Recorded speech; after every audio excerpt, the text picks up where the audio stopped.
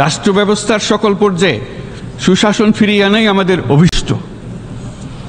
বাংলাদেশে যেসব আন্তর্জাতিক, আঞ্চলিক এবং দ্বিপাক্ষিক চুক্তির পক্ষভুক্ত সেগুলো প্রতিপালনে অদম্য সংকল্প ও প্রত্যয়ের মাধ্যমে ছাত্র জনতা একটি স্বৈরাচারী ও অগণতান্ত্রিক শাসন ব্যবস্থা থেকে আমাদের মুক্তি এনে দিয়েছে বলে মন্তব্য করেছেন ডক্টর মোহাম্মদ ইউনূস।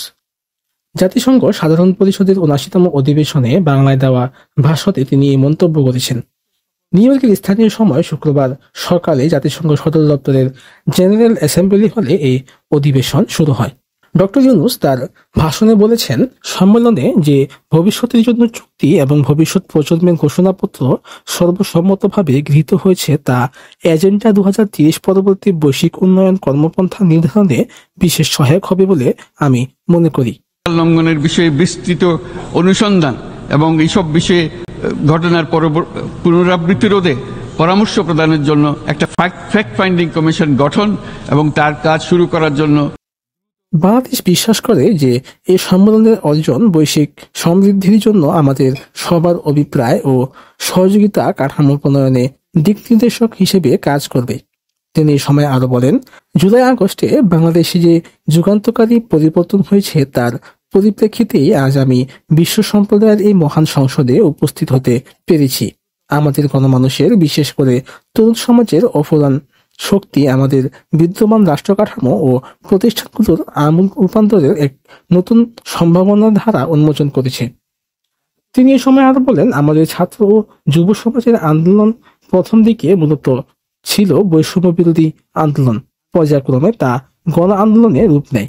এরপর সারা পৃথিবী অবাক বিস্ময়ে দেখেছে কিভাবে সমগ্র বাংলাদেশের মানুষ একনায়কতন্ত্র, নিপীড়ন, বৈষম্য, অবিচার ও দুর্নীতির বিরুদ্ধে রাজপথ এবং সামাজিক যোগাযোগ মাধ্যমে দৃঢ়ভাবে রুখে দাঁড়িয়েছিল।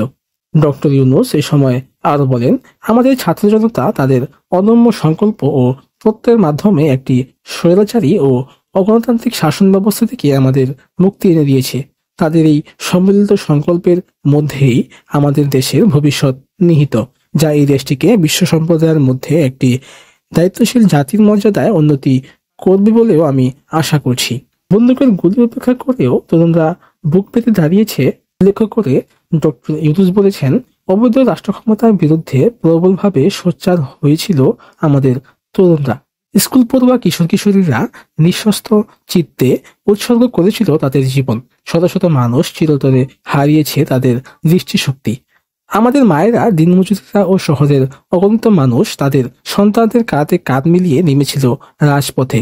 তপ্ত রোদ, বৃষ্টি, মৃত্যু ভয় তোয়াক্কা না করে তারা সত্য ও ন্যায়সঙ্গত আকাঙ্ক্ষার বিরুদ্ধে দীর্ঘকাল রাষ্ট্রযন্ত্রকে পরিচালনা করার অশুভ ষড়যন্ত্র পরাভূত করেছিল।